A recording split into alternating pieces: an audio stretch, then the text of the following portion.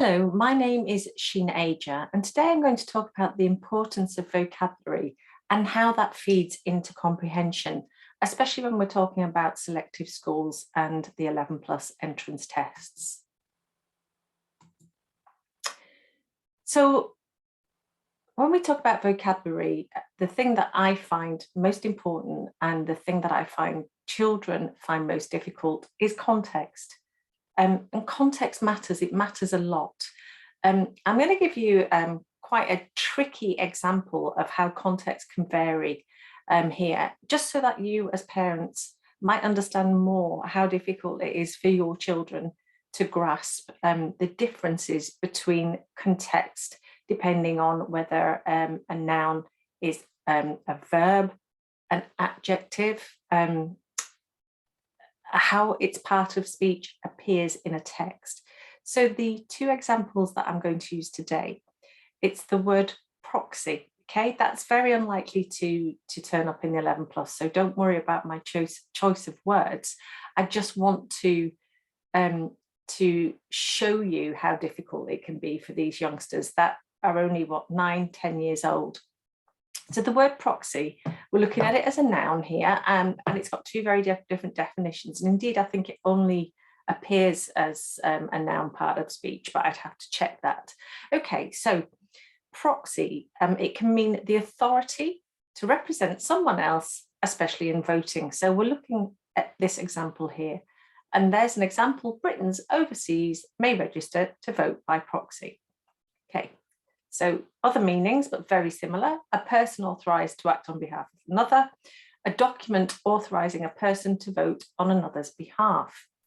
Okay, but the word proxy can also be a figure that can be used to represent the value of something in a calculation. Okay, and I'll put it into a sentence just to show you how difficult it is. So vocabulary size is a convenient proxy. What does proxy mean? Figure for a whole range of educational attainments and abilities, not just skill in reading, writing, listening and speaking, but also general knowledge of science, history and the arts. And I've used this particular sentence just to highlight how difficult it is for children. So obviously here, Britons overseas may register to vote by proxy, and here vocabulary size is a convenient proxy figure for a whole range of educational attainments. Okay, so I just wanted to show you what your children are up against. Okay, so this then leads me to another question. And it's a question that I think you'll find quite surprising, an answer that you'll find quite surprising. So ask yourself, if your child has a text, what percentage of the words must your child know in the text to ensure reading comprehension? Okay, 50, 60, 70%, 80%? No. And this information is from Alex Quigley's Closing the Vocabulary Gap book, which is a book for teachers and an excellent book. In actual fact, it is a whopping 95%. And some studies say the percentage is higher for texts in older children, and especially technical texts. So when they're at school doing GCSEs and they're learning science, you know, they need to understand 98% of the vocabulary to understand comfortably the actual text. So let's have a look what I mean. So this is what Alex Quigley did in his book, and he did it with a SATs piece. So I've actually taken a paragraph out of one of my books, Tangled Time, which is from the Cadwallader Quests. Okay, and I've redacted some of the key words, so the key vocabulary I have redacted here. And if you're wondering why we've got these numbers here, well, I'll show you in a second. So here's a paragraph. I'm going to read it to you with some of it with these words redacted. So imagine this is your child reading this passage and they don't understand these words. So to them, these words may as well be redacted, okay? Oh no, not you, Claire stiffened, staring at the carpet. Wallace, no, no, no, she thudded down onto blank. onto blank knees. Wallace, what is it? What have I done to you? She cried as the unfortunate scene blank. So they don't know these words. Okay, excuse me, I accidentally brought this up too early, but it's there now. So they don't understand these words. Okay, now when you're reading with them, you understand them and you would understand this passage, but they may not. Okay, so if you imagine they need to know 95% of it to actually work out comfortably what's there. So here, I've brought this up because this is how I lay my books out. So where these words are redacted, these words here would actually be in bold, and this part would be at the bottom of the page. So your child, if they're reading one of my books, has a built-in dictionary on every page. But the key thing about this is it's a contextualized dictionary. And what do I mean by that? I have rewritten all these words to be as child-friendly in their different definitions as possible, but moreover, I have matched their part of speech to the way that this word sits in context in the sentence. And what I mean by that is a word can be a noun, the same word can appear as a noun, as an adjective, or as a verb in many instances. And your child has to understand the different parts of speech to be able to understand the real context. And I'll explain that a little bit further. I'll expand on that a little bit further in the presentation. But for now, just try and understand how difficult it is for your children to understand a passage. So let's put the words in, okay? So if, say, they didn't understand what bear meant, as in not a bear, that an animal. What have I done to you? She cried as the unfortunate scene blanked. She blanked along on all fours. So let's just put them in. Wallace, no, she thudded down onto bare knees. Now, they don't understand this word. If it was one of my books, they could look at the built-in dictionary. Okay, what have I done to you? She cried as the unfortunate scene unfurled. Well, they may not know what unfurl means, even if, they can read it, but they can look at the dictionary and they can see, and there's synonyms and an antonym there as well, if antonyms actually apply.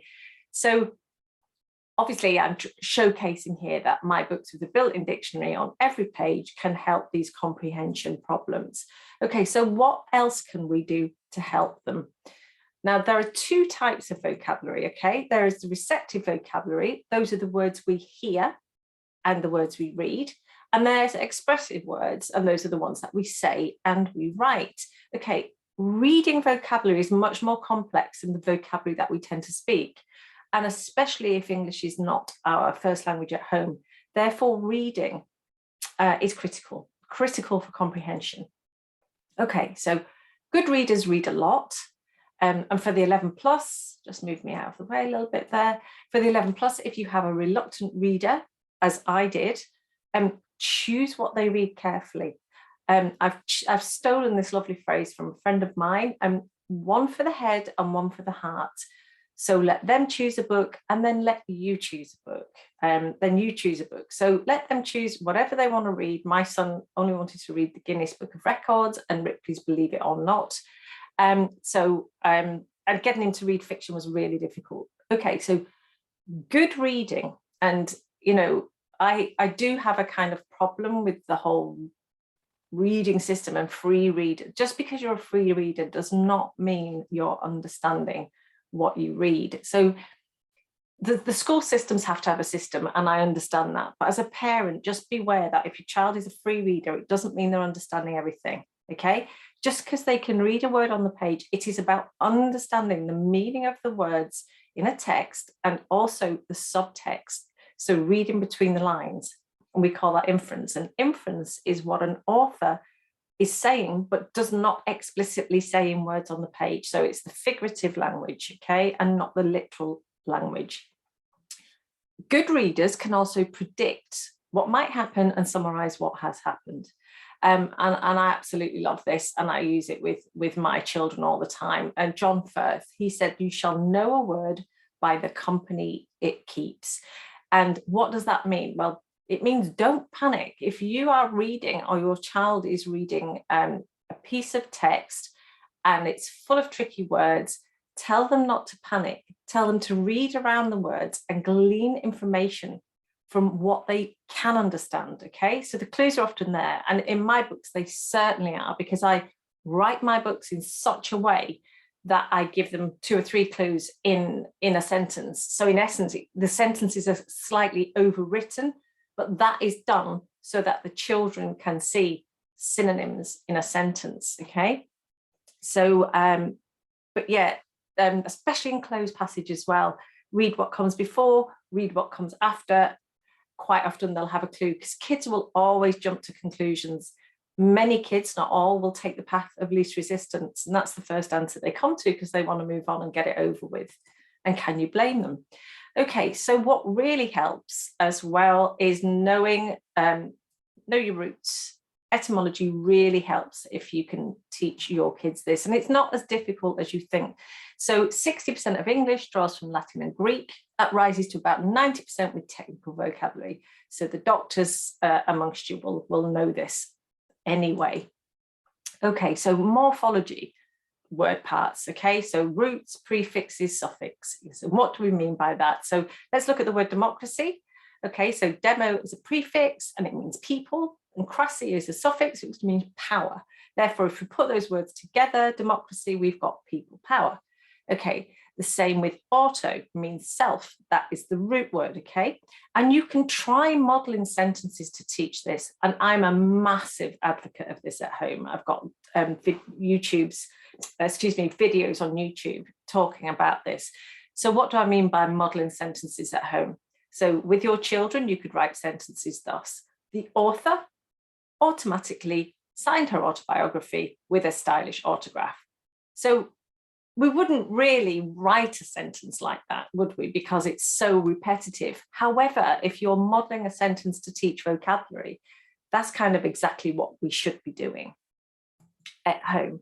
Okay, so know your word families. Word families are groups of words that have common features, patterns, and meanings, and they usually share a common base or root word, to which then prefixes and suffixes are added. So happy, unhappy, happiness, and the root word is the basic word with no prefix or suffix.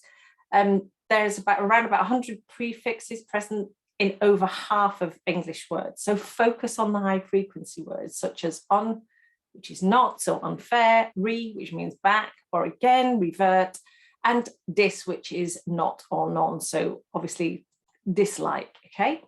Mal is a prefix that I see comment up loads in the 11 plus, okay, and made sure my children used it. And it's an easy one. So, you know, if they say anything with mal there, it means something negative, malicious, malevolent, and so on. And then bene means well, it's the opposite, it's the antonym. It's a prefix and it means obviously good. And that is one that I taught my children, and whenever they come up, make sure your kids know them. Okay, so natural speakers are usually really children who read and have a wide vocabulary. You know, and a wide vocabulary, the building blocks from which children build and learn to talk and present powerful arguments. And evidence, and I'm a big believer in this, suggests that this is born out of practice over natural ability. And having seen both my kids go through the 11 plus and now having helped hundreds of parents with their children, I believe practice makes great. I don't like the word perfect because none of us are perfect, and none of us can have a perfect vocabulary, but practice makes great. I have a very growth mindset, and I think if you have a very growth mindset, it will help your children pass the 11 plus. Too often I see messages in Facebook groups where parents say, is my child smart enough to pass the 11 plus? Well, my answer to that is yes. I believe most, if not all, children are smart enough to pass the test if they have the right tuition or teachers, the right environment, the support from home, and the practice. So yeah, but practice makes great. Okay. So let's change the way we speak at home. And that, if we think about the last slide with the modelling, we can upgrade our vocabulary at home. And it doesn't have to be supernatural. It can be forced, it can be funny, it can be serious. I did this with my kids. So use higher level word choices in your conversations. Make it a conscious habit, and vocabulary becomes part of life. And you can make this fun. You know, you can actually say when you're doing it, as opposed to making it really serious. Okay. We used to have a lot of eye rolling. Learning these new words. So yeah, so use words that your child doesn't know, and then surround the unknown words with comprehensible input. And what I mean by that is the words your company keeps. So throw in a difficult word and then explain it with synonyms, okay?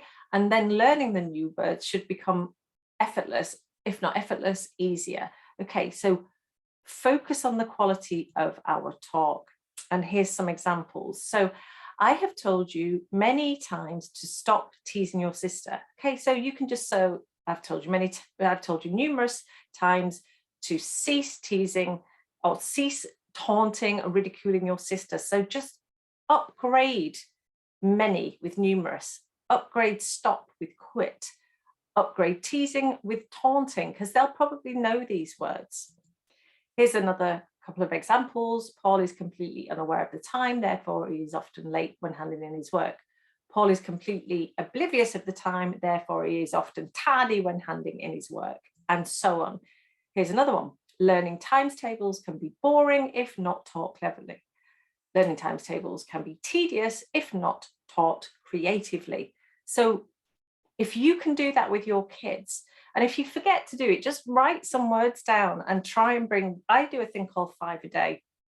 Write down 5 words and bring them into your vocabulary. Even if you write out sentences, just try and bring them in. And it stops having to have vocabulary lessons or learning things by rote, okay?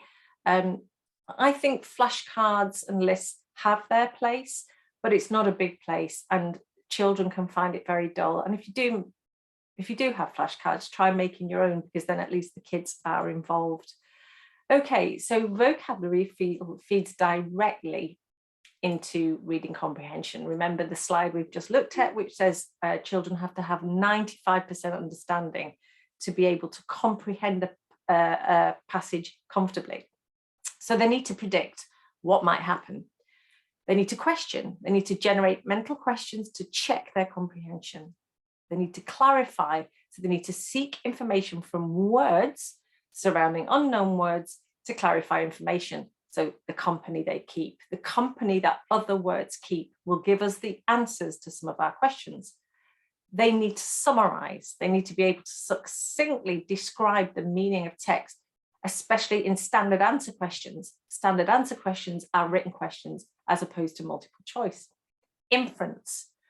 Now, inference, if a child can master inference, then they're well on their way to doing very well in comprehension. Okay, they have to work out meanings of words from spelling patterns, word families, meanings of sentence, context, clues, the company a word keeps. And they have to activate prior knowledge. So the wider the vocabulary that they have from reading, the better their ability is to infer and fill in missing or incomplete information when it comes to comprehension, when it comes to reading between the lines. And don't forget, without a good understanding of vocabulary, children can struggle to decode worded maths problems, okay? Spelling counts, obviously. So homophones, I'm not going to spend too much time on this, okay? I'll whiz through this slide because I'm sure a lot of you know what they are anyway, but just in case. So they're a type of homonym. Homophones sound the same but have different meanings and sometimes spellings. Now that will depend on which style or which dictionary you're using, because some dictionaries will give you a slightly different definition. Some will say that they have different meanings but the same spellings, but it's not always the same. They are imperative for verbal ability skills in the 11+, and there are around 500 in the English language. For the 11+, especially CEM, they are imperative. So here are some homophones: pair, pair, stare, stare, and so on. Okay. Homographs. They're spelled the same but have different meanings, and they're sometimes pronounced differently too. So phone is sound, graph written, okay, writing. So here's some examples. Desert, noun, we know what a desert is, and desert, to leave. A bow or a bow.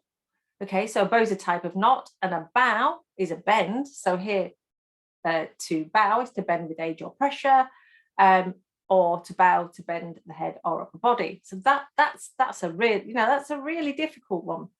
Homographs will tend to lead to misunderstandings of word meanings because of, whereas homophones are more likely to cause spelling errors because they sound the same. Okay, and then we've got just tricky spellings, such as yacht, rhythm, subtle night. I still struggle with this word, rhythm, to remember it.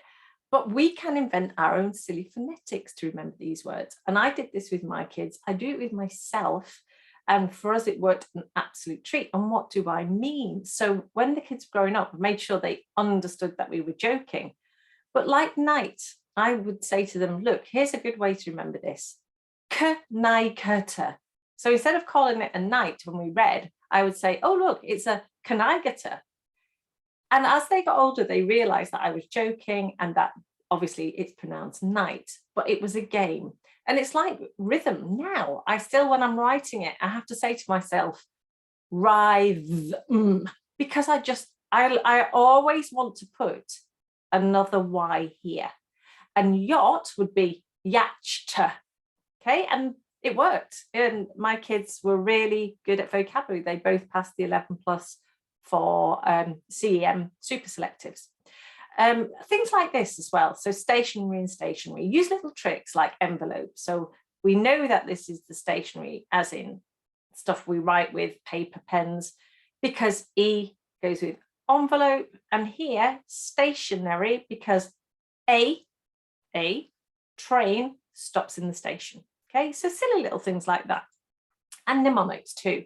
So things like, here we go, necessary has only one colour and two S's. And then there's that famous one with the elephants, which is it, I can't remember, but it's for because, all elephants, big elephants, something, but you know what I mean. So now dictionaries, fabulous things, but they can be confusing. And what do I mean by this? So Alex Quigley, a writer, has a book for teachers called Closing the Vocabulary Gap. He has several books. And he quotes here, I'm not going to say this name, but you can see it, understanding the definitions of unfamiliar verbs. And what do I mean by this? Okay, so when we use a dictionary, it can be found wanting because they can often worsen vocabulary gaps in our classrooms if we don't pay close attention to the way they're used. Now, your children sitting in the 11 plus probably know how to use a dictionary and use it fairly well. Some students can't, particularly children with restricted vocabulary. And academic words have multiple meanings. And as we've just found out, non-academic words do as well. They're all polysemous. So you need to know a lot about a word to select its right meaning. So what do I mean? So here we go. Here's an example. Your child might be looking up the word snipe, okay? And they see that it's a type of bird and it's a noun. But also they can see that it's to shoot at someone from a hiding place, as in a sniper, which would be a noun, but to snipe is a verb. But it can also mean to make a petty or sly verbal attack. So to snipe at somebody can mean to be snide to somebody. But then wait for it, it can also mean to outbid someone at an auction at the very last minute. Now, if your child is not very good at inference and they're reading a passage and then they look up this word in the dictionary, how on earth can they choose which definition means what? It's really, really difficult for them. Okay, so this is one of the reasons why I wrote the Cadwallader Quests.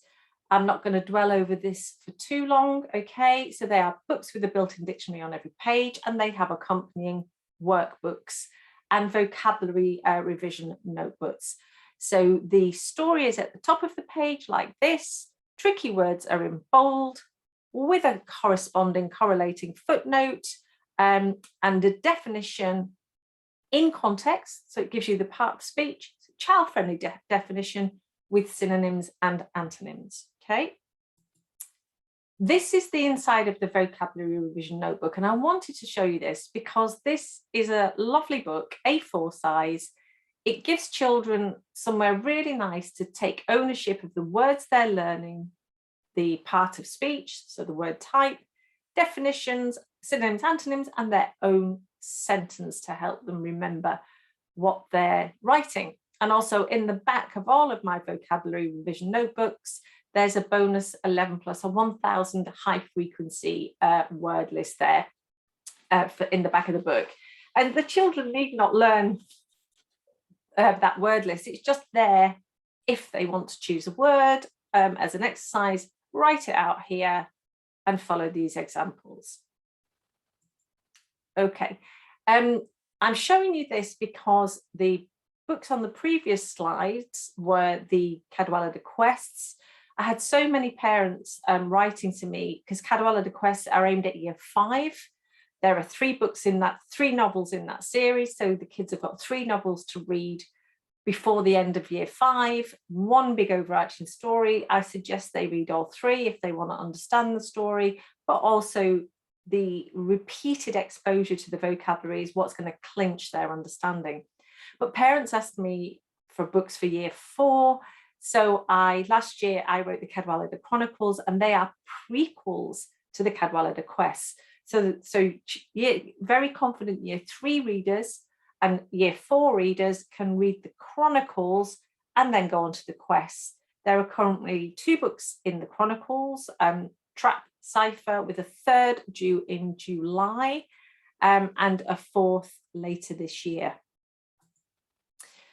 So our friend the dictionary, and they are super important. And I know that as a parent watching this, your children will probably know how to use dictionaries, but some children don't, okay? The Oxford English Dictionary is the only dictionary that UK editors recommend, okay? They use the big one online, okay? All my novels carry a disclaimer. Excuse my dog's barking. I'll wait till they stop. Sorry about that. My books do not purport to be a dictionary, nor do they aim to replace one, okay? So what I'm saying is, please encourage your children to use a dictionary, but have the confidence to know that all my definitions have been checked against this, okay? They've been rewritten and checked against this. But what my novels do is they expose children to a vast vocabulary all under one roof, okay? And they flag the contextual part of speech as used in the text, as it appears in the text. They will give your children hundreds of synonyms and antonyms, which can be swapped back into the text. But I must stress, the defined words in my books are not a to-learn list. It's too much for any child to learn by rote. Just let them read the book. Don't stop checking up every word. That'll bore them. Just let them read the story, okay? And that vocab will go in by osmosis. And as I say, read the entire trilogy, because then they will see the vocabulary again, because quite a lot of the vocabulary reappears in book 2 and book 3. And remember, no one knows what vocabulary is going to come up in an 11 plus test. So any word list, anything you see, if anybody tells you something's going to come up, they don't know.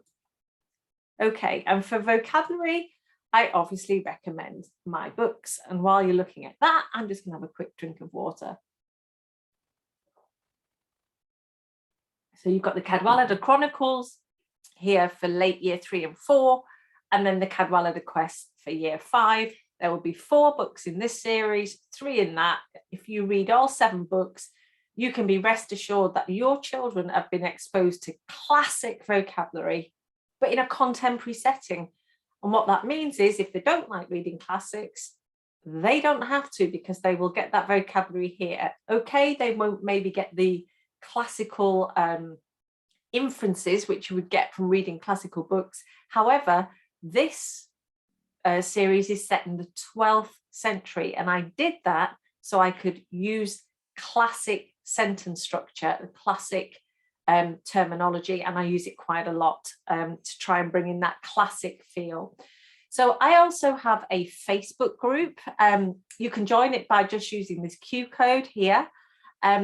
Lots of tutors in the group, And if you upload your children's work, not always, but quite often, if they have the time, they will check your children's work, and they'll give you free critiques, which is absolutely wonderful. I'm just going to stop this video. I'm going to pause this video for 1 second. So yeah, please come and join our Facebook group. It's a lovely community. It's very safe. You can upload your children's work anonymously if you want to. This is the link, or you can just scan this code. And there's quite a few of us over there now. It's a nice place.